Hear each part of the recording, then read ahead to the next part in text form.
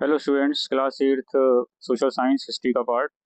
तो मुझे लगा कि थोड़ा मैं आपको जस्ट फॉर इन्फॉर्मेशन ये शॉर्ट वीडियो बना दूं about the journey of Vasco D gamma, जो लिस्बन या पोर्टुगल से चले और वो चला वहाँ से इन दिस डेट, ये ऑन दिस डेट 8 जुलाई इन 1497 और ये 1498। ठीक है, इतने टाइम बाद 20th में। और बाकी वापस गया लिस्बन 10th ऑफ जुलाई 1499। अब देखो यहाँ पे इम्पोर्टेंट बात है कि ये जिस रूट से आया था इसको फॉलो करने में, ये लिस्बन, ये पुर्तगाल, यूरोप में यहाँ से इस तरह से आया होगा। और ये जो पॉइंट है इसे केप ऑफ गुड होप कहा जाता है। ये ऐसा क्यों है? क्योंकि पहले जो पोर्टुगीज एक्सप्लोरर था डियाज, 1488 में उन्होंने इसको ये नाम दिया केप ऑफ स्टॉर्म्स, क्योंकि यहाँ बहुत ज़्यादा हवा या तूफान आते थे। केप ऑफ स्टॉर्म्स और लहरें या वेव्स, विंडी रीजन था।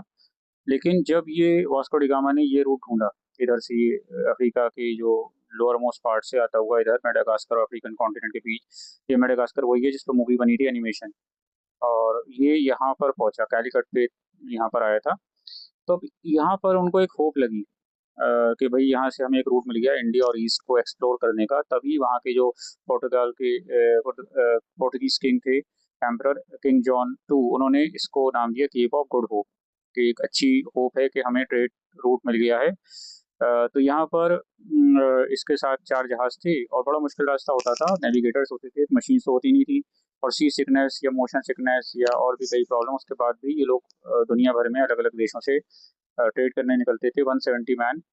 तो ऑन जुलाई 8 1497, ठीक है, तो king manual one of Portugal sanction the voyage and expedition का लीडर उनको बनाया गया। तो पैसा वैसा जो भी देना था इस उन्होंने सैंक्शन किया। और फिर south Atlantic ocean and rounded the Cape of Good Hope. तो स्कर्वी डिजीज, देखिए यहाँ फिर मोजाम्बिक तक आते आते स्कर्वी, विटामिन सी की कमी हो गई। और वो जिसमें वो गम्स या मसूड़े फटने लगती हैं, ब्लीडिंग होती है, विटामिन सी डेफिशिएंसी भयानक वाली हुई, उसमें ब्लीडिंग ज़्यादा होने से डेथ होने लगी सेलर्स की।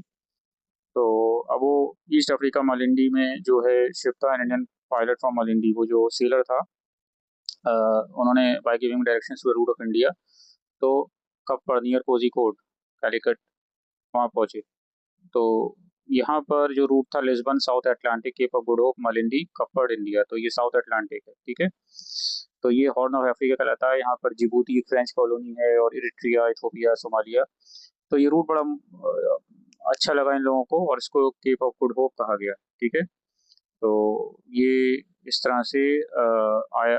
बहुत सारे इसके जो सेलर से मर गए और only 2 ships reach back to Europe.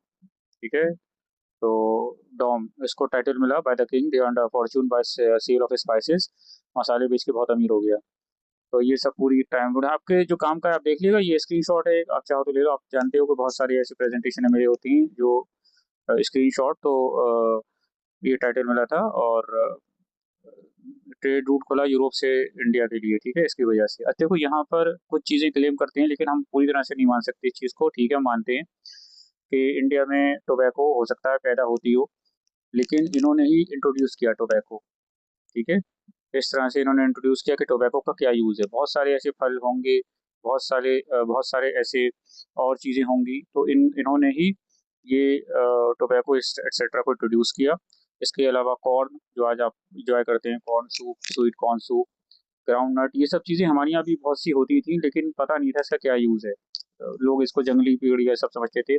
Printing press, जो छापाखाना या जो छापने की चीज़ें होती हैं, बुक्स बुक्स, वो प्लांट्स पर इन लोगों ने रिसर्च करी, बुक लिखी मेडिसिनल प्लांट्स पर। ग्राफ्टिंग जो आपने क्लास 7 साइंस से पढ़ी थी, स्टॉक एंड शाइन को मिला के, जो एक वेजिटेटिव प्रोडक्शन का ही एडवांस पार्ट है, वो टेक्निक इन्होंने इंट्रोड्यूस की। इसके साथ साथ पोटैटो, टोमेटो, स्वीट पोटैटो कुछ लेकर आया, कुछ बताया जो इंडिया में हो रहे थे लेकिन यूज़ नहीं होते थे। रेड चिलीज, ये एसआरपी वाली कंपनी नहीं है, ये वीएफएक्स की, ये प्रोडक्शन हाउस, ये दूसरा। लाल मिर्च, कैप्सिकम, कैश्यू, कैश्यू होता था लेकिन बिकॉज केरल में होता था डेफिनेटली, लेकिन इसका प्रॉपर यूज बताया गया कि इससे हम कोई बेवरेज ही बना सकते हैं। गोवा में फेनी नाम का एक सिडेटिव ड्रिंक है या अल्कोहलिक ड्रिंक है, वो काजू से आज भी बनता है, बिकॉज वो पोर्टुगीज ऑक्यूपेशन का ही इन्फ्लुएंस है। पैशन फ्रूट, पाइनएप्पल, ये सब चीज़ें, पपाया, गुआवा, हालांकि हमें पपाया गुआवा की जानकारी थी लेकिन पूरी तरह से और भी यूज इसके बताए। कस्टर्ड एप्पल या शरीफा, सपोर्ट या चीकू। तो ये मुझे लगा एक वीडियो आपके लिए बना दूं कि क्यों हम इसको केप ऑफ गुड होप बोलते हैं। या पोर्टुगीज आए तो उन्होंने अत्याचार किया, उसमें कोई शक ही नहीं है, क्योंकि उन्होंने अपना ये माना कि भाई हम तो दादा हो गए, हमारे पास पावर है, और उन्होंने बहुत अत्याचार या एट्रोसिटीज की।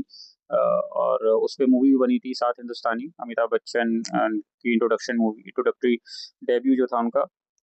उसके अलावा उन्होंने इंक्विजिशन करा के भाई एक ऑर्गेनाइजेशन बना दी बाय रोमन कैथोलिक चर्च, और उन लोगों को सजा दी या मार दिया जो बिलीव्स को नहीं मान रहे थे, specially from the 15 to the 17th century. तो ये पोर्टुगीज ने जुल्म बहुत किया, और उसके बाद फिर इंडियन आर्मी ने इनको भगाया यहाँ से।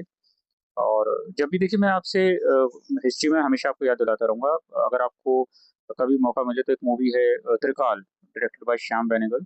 वो इसके बारे में बहुत बताती है कि किस तरह से पोर्टुगीज़ वापस गए और इंडियन आर्मी ने पोर्टुगीज़ रूल को ख़त्म किया गोवा में। आप सोचिए, गोवा में जाने के लिए पासपोर्ट, वीज़ा, परमिट टाइप लेना पड़ता था। आप सोचिए अपने ही देश में, और ब्रिटिशर्स के जाने के काफ़ी टाइम बाद। उसके साथ-साथ अगर हम देखें तो एक यूट्यूब पे आपको मिल जाएगा, आज़ादी की कहानी, दूरदर्शन आर्काइव्स का है, वो बड़ा प्यारा-सा प्रोग्राम है। मैं आपको रिमाइंड कराता रहूँगा। उसमें right from arrival of Vasco D gamma से लेके इंडियन हिस्ट्री, मॉडर्न हिस्ट्री का सब उसने बताया है, ज़बरदस्त। उसके कई एपिसोड हैं, लेकिन वॉइस ओवर के साथ-साथ म्यूज़िक है। और ठीक है, भारत एक खोज या आज़ादी की कहानी। सो ये आप देख लीजिएगा, केप ऑफ गुड होप क्यों कहते हैं। And like, share and subscribe my channel, and share as much as you can. Thank you very much. All the very best for your exam, test, etc., and finally to your life. Thank you.